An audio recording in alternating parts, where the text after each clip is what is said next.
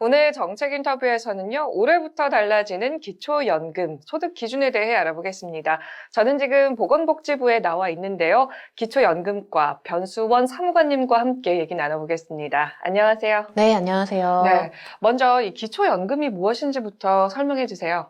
네, 기초연금이란 어르신들께 안정적인 소득 기반을 제공함으로써 생활 안정을 지원하기 위해 2014년도에 도입한 제도로 만 65세 이상 어르신 중 소득 인정액이 선정 기준액보다 낮은 경우 매월 일정한 급여를 지급하는 제도입니다. 네, 기초연금 대상이 어떻게 되는지 궁금하고요. 또 올해 소득 기준 향상이 조정된 것으로 알고 있습니다. 설명해 주시죠. 네, 올해 기초연금 선정 기준액은 노인 단독 가구 기준 202만 원, 노인 부부 가구 기준 323만 2천 원으로 작년에 비해서 12.2% 상승되었습니다.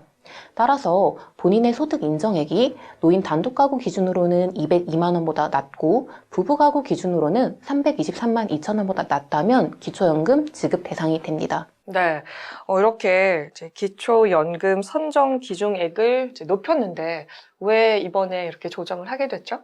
선정 기준액은 전체 노인의 소득 하위 70%를 정하는 기준으로 매년 노인의 소득재산 분포, 임금, 공시지가, 물가 상승률 등을 종합적으로 고려하여 정하고 있습니다.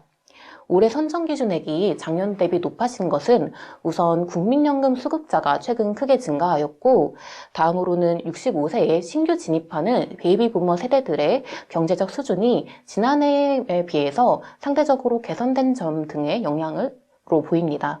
네, 이 본인의 소득 인정액이 선정 기준액을 넘지 않는 것이 이제 중요한 것 같은데요. 이 소득 인정액은 어떻게 계산하면 될까요? 소득 인정액은 본인과 배우자의 소득 평가액과 재산의 소득 환산액을 더한 값입니다. 네. 이때 소득에는 근로소득, 그다음에 사업소득, 이자소득, 공적 이전 소득 등이 포함되고 재산에는 토지, 주택과 같은 일반 재산과 예금이나 적금과 같은 금융재산 등이 포함됩니다. 이때 근로소득의 경우에는 저희가 근로의욕을 저하시키지 않도록 근로소득 중에 일정 금액을 공제한 후 그 공제한 값의 70%만을 근로소득으로 반영하고 있습니다. 올해는 이 근로소득 공제액이 108만 원으로 작년에 비해 5만 원 인상되었습니다. 그렇다면 올해 만 65세가 되는 경우에 기초연금을 신청할 수 있는 시기가 어떻게 될까요? 올해 만 65세가 되는 어르신은 본인의 생일이 속한 달에 한 달 전부터 기초연금을 신청하실 수 있습니다.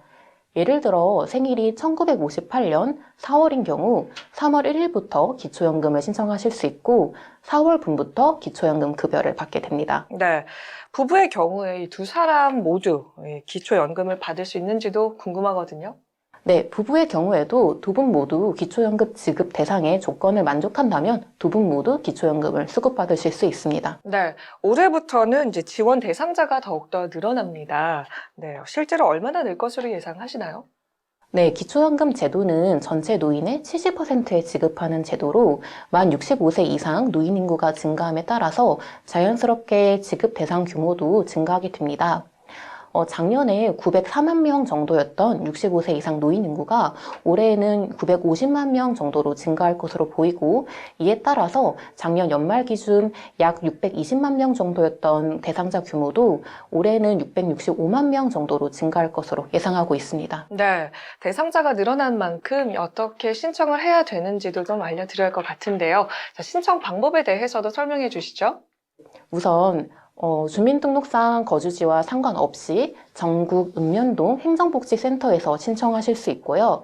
또 가까운 국민연금공단 지사에 방문하셔서 신청하실 수도 있습니다. 또한 보건복지부 인터넷 포털 사이트인 복지로에서 온라인으로도 신청하실 수 있습니다.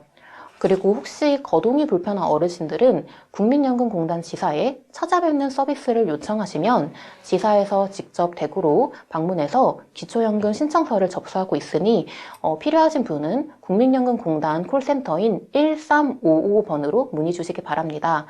마지막으로 배우자나 자녀분 등 가족분들이 대리 신청하실 수도 있어서 이 점도 참고해 주시기 바랍니다. 네, 고령사회로 접어들면서 노인 복지가 굉장히 큰 중요한 과제로 떠오르고 있습니다. 이번 정책이 이 안정된 노후 생활에 큰 도움이 되길 바라면서 오늘 인터뷰 여기서 마치겠습니다. 오늘 말씀 고맙습니다. 네, 감사합니다.